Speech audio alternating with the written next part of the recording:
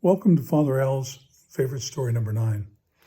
There's about 2 stories out of my list that are among my favorites, include actual experiences. This is one of them.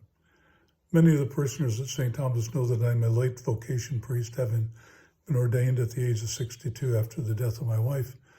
And this story goes back to my prior life when I was working for Lockheed Aircraft Corporation in Saudi Arabia. It was in 1974.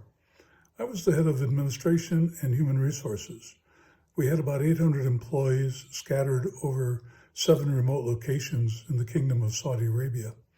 We were early in the program, morale was a challenge, so the program manager and I decided that we would take a road trip and visit all of the sites and visit all of the men to kind of take a measure of morale. So we hopped into our car and we drove off to Taif and to Medina and Khamis Meshet and Tabuk and Medina and Afif. And one day, as I was driving, we were going through a small village. It's a 2-lane road. There's a lot of traffic. And all of a sudden, a little lamb ran between 2 of the oncoming cars right into my path. I had no chance to stop and I hit it. Oh, goodness. And so I pulled over to the side of the road, got out of the car, and stared down at that lifeless little lamb, feeling very, very sad. Soon the shepherd's children all came and formed a ring, and they were sad too. Nobody's sadder than I. After a short while, the children's father, the shepherd, came up, and he bent over and took a really close look at that lifeless little sheep, and he clapped his hands, and that baby sheep jumped up and ran back into the flock. Well, the kids were excited. I was very excited and very thankful.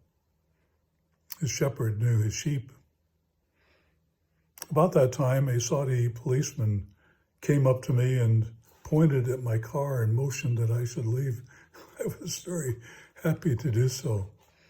I left with a happy heart, but also recalling the Good Shepherd. And we were celebrating on the fourth Sunday of Easter, Good Shepherd Sunday. The shepherd knows his sheep. And in the scripture from this weekend, it says, the gatekeeper opens the gate for him. The sheep hear his voice, and the shepherd calls his own sheep by name and leads them out. He walks ahead of them, and the sheep follow him because they recognize his voice. We recognize the voice of Jesus. He is our good shepherd. He comes looking for us, even if we go astray. So let us be thankful to God for his gift of shepherdness, looking after us and caring for us. God bless you.